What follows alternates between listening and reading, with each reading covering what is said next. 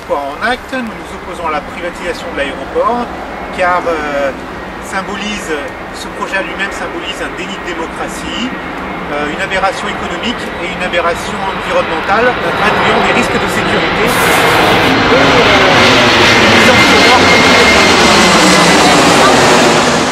D'un niveau démocratique, le projet a uniquement été décidé au niveau plus haut de l'État, et pourtant il a des impacts directs sur notre environnement local, sur la sécurité de nos habitants, et surtout ça va aussi dévaloriser tous les biens de tous les habitants qui ont investi dans le quartier et qui le construisent depuis des années. Alors, au niveau de la création d'emplois, on parle d'un triplement du trafic aérien, mais en fait il s'agit uniquement de la création d'un hub, donc des interconnexions entre avions. Ça ne va pas créer des emplois puisque les gens descendront de l'avion pour remonter dans un autre projet économique. D'autre part, le fait d'avoir laissé un consortium assez obscur acheter cet aéroport et lui laisser le libre choix sur les investissements, ça va faire complètement exploser les dépenses des collectivités pour l'entretien de cet aéroport, alors que le seul vrai bénéficiaire, ce sera le consortium privé.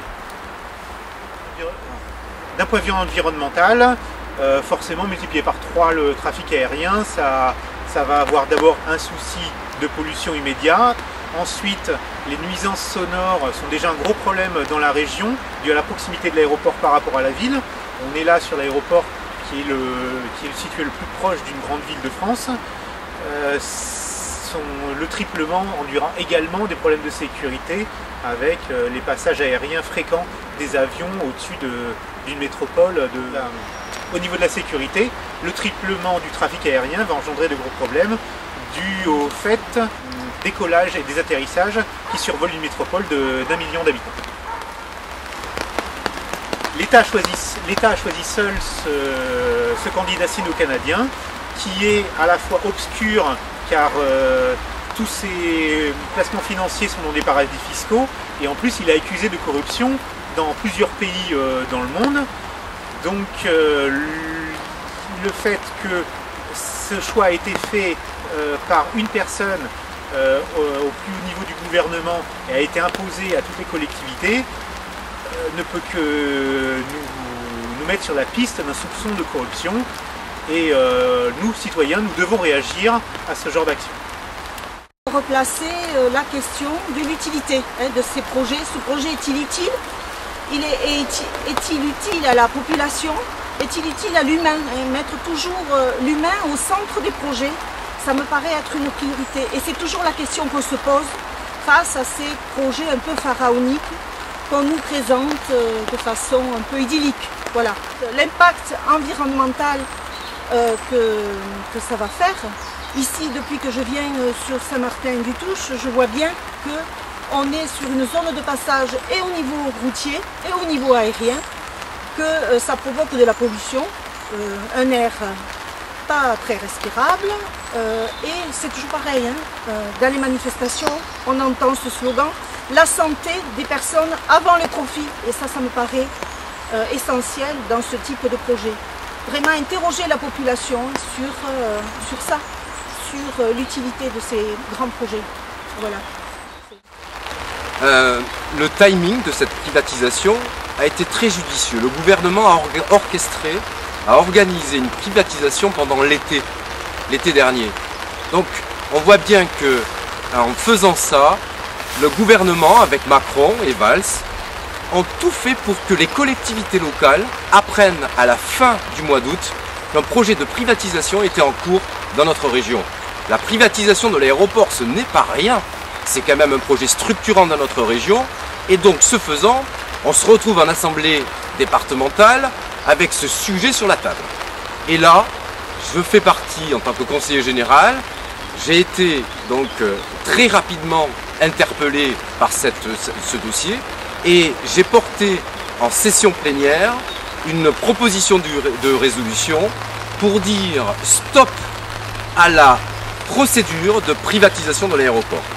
Donc je me suis retrouvé avec une autre proposition de résolution qui allait dans le même sens et qui était porté par le groupe majoritaire, mais avec une différence.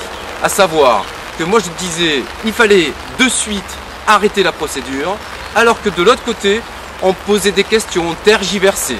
Donc on voit bien qu'on a été pris par surprise avec ce projet de privatisation et les élus n'ont pas été interpellés. En tout cas, on n'a pas demandé aux élus du conseil régional, aux élus du département et à l'ensemble des citoyens de se concerter sur ce projet. Donc il y a eu visiblement quelque chose qui était de l'ordre d'un pacte d'actionnaires secret, qui est encore secret, et nous revendiquons que ce pacte d'actionnaires puisse être présenté à tous les citoyens et à tous les élus.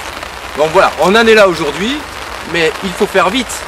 Et heureusement qu'une mobilisation citoyenne, avec les collectifs de riverains, avec des partis politiques qui s'opposent à la privatisation, se sont mobilisés d'art depuis plusieurs semaines pour peser, pour amener un rapport de force qui fera que demain, on ne procède pas à la privatisation de Toulouse-Blagnac.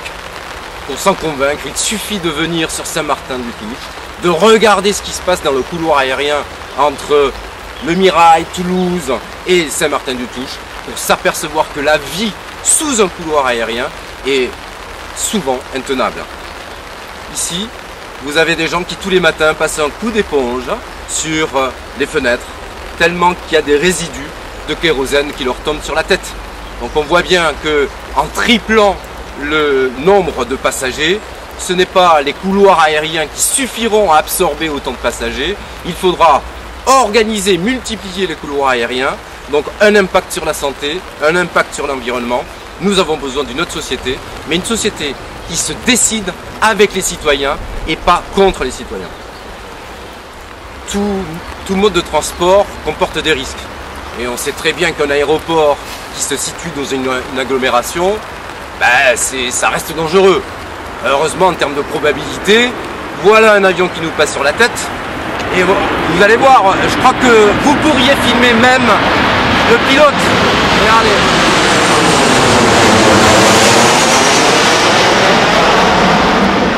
Lorsque nous sommes dans une réunion publique à Saint-Martin-du-Touche, on est obligé d'arrêter de parler parce qu'on ne peut pas s'entendre. Voilà, c'est ce que vivent les citoyens ici. Donc ça, c'est l'existant, vous me direz. Donc l'aéroport est un projet structurant, ça crée des emplois, il y a une économie autour de l'aéronautique, certes. Mais avons-nous besoin de ce triplement? Et pourquoi le privatiser? Parce que à qui a été attribué le marché finalement de la privatisation? À un consortium sino-canadien dont on connaît les agissements au niveau mondial. Certains sont interdits bancaires au niveau mondial. Et certains sont accusés au Canada, et ça c'est factuel, de corruption. Alors je ne suis pas en train de dire que ici il y a effectivement une mécanique de la corruption, mais quand même on est en droit de se poser un certain nombre de questions à partir du moment où ce n'est pas clairement affiché à la population.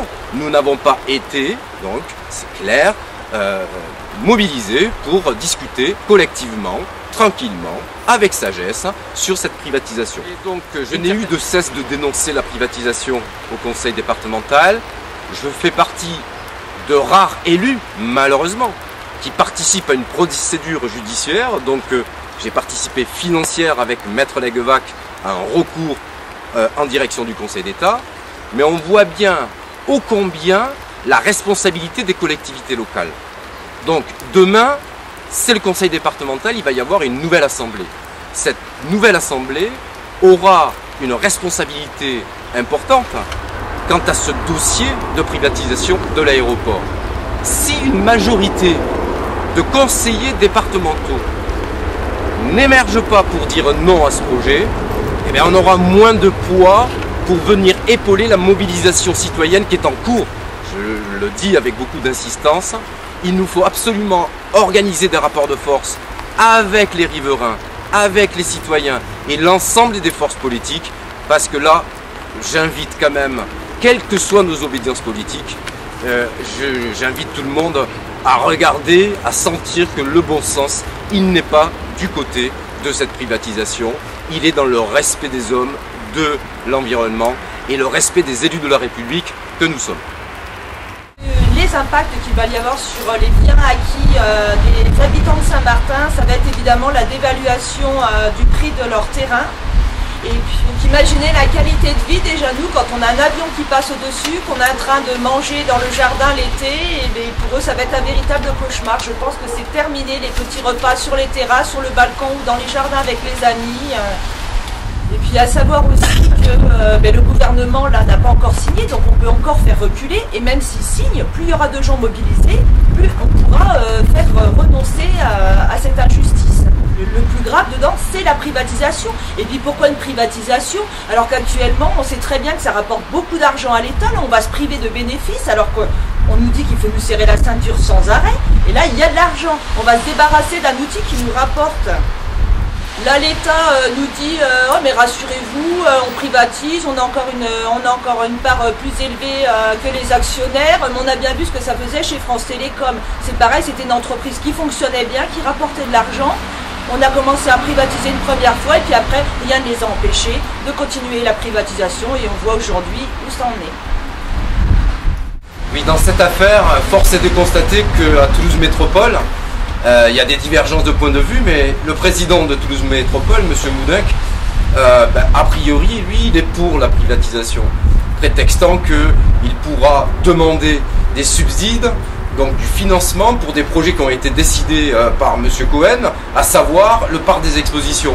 Donc il s'imagine que le consortium sino-canadien pourra rajouter de l'argent sur la table pour pouvoir financer le parc des expos. Encore un autre projet inutile, donc j'invite M. Moudinck au bon sens. Et le bon sens finalement c'est quoi? Et ça, je crois que l'ensemble des citoyens doivent le savoir, c'est qu'on sait tous aujourd'hui que la cause des causes, c'est bien cette politique qui consiste à réduire les dotations générales de fonctionnement de l'ensemble des collectivités, 50 milliards, je dis bien 50 milliards, et que cette politique de l'austérité va nous amener contre un mur. Je rappelle que l'aéroport est un service public, donc il a été payé par les contribuables. Alors que la commission des finances de l'Assemblée nationale a démontré la nocivité des privatisations d'autoroutes, il est inadmissible de voir le gouvernement livrer les aéroports aux financiers. En l'état actuel du trafic aérien, sur les communes de Pibrac, de Colomiers, donc de Saint-Martin-du-Touche et de l'Ardenne, beaucoup de gens se plaignent déjà de nuisances sonores et environnementale.